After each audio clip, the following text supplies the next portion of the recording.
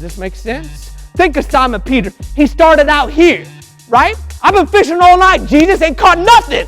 But because you say so, he was all about himself. That's what it was. He's about his business. And we don't blame him for that. That's how we all start. That's how he finds us. We all about self. But then he followed. And as he followed, he became less about self and more about God.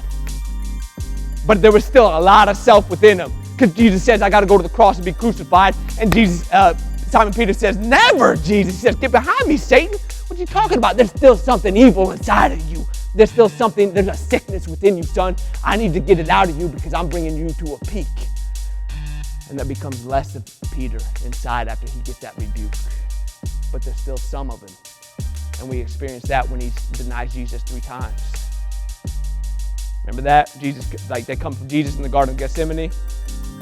And Peter denies him 3 times before the rooster crows. He still had some of him in him. Right? Some of him and some of God. God needs it all. And God comes back for Peter. And he finds him fishing once more. And he says the same thing he told them at the beginning when it was all about Peter. He says, throw those nets on the other side. And Simon Peter says, it's the Lord. And boy wrapped his cloak and he jumped. And he made it to the shore. And Jesus had a conversation with him. And what's he tell him? He says, do you love me? He says, yes, you know that I love you. Like Simon Peter had been burnt out at that point. There was nothing left of him. He denied his Christ. He wept like a baby. He was so sorry for what he did. And here he finds his Lord once more reinstating him. Do you love me? Do you love me? Do you love me? And the 3rd time it says Simon Peter was hurt. He says, you know that I love you. There ain't nothing left of me. I would never do it again. And he goes, I know. Now go feed my sheep. You've made it to the pinnacle, son. How'd you do it? There is nothing left of you. That means you can go up. If you want to rise, you better learn to hit them knees. You better go low.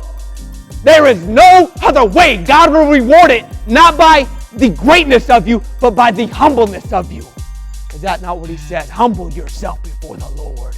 He didn't say puff yourself up, pound your chest because you worth so much, pound your chest because all of Instagram knows you, because you popular on social media, because the world knows your name. That ain't got nothing to do with God, and God can't have nothing to do with that.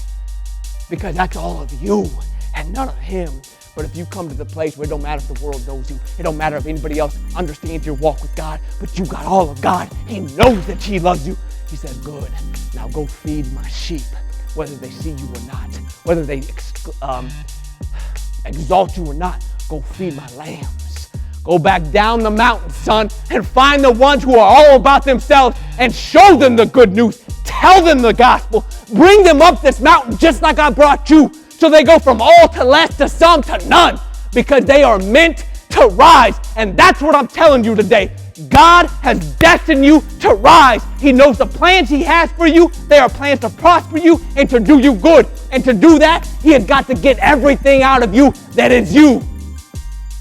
Because he can't have a sickness within you. To summit this mountain, baby, you got to go up with health, with spiritual vigor, with everything of him and nothing of you. Because if there's anything sick within you, you will not make it to the top.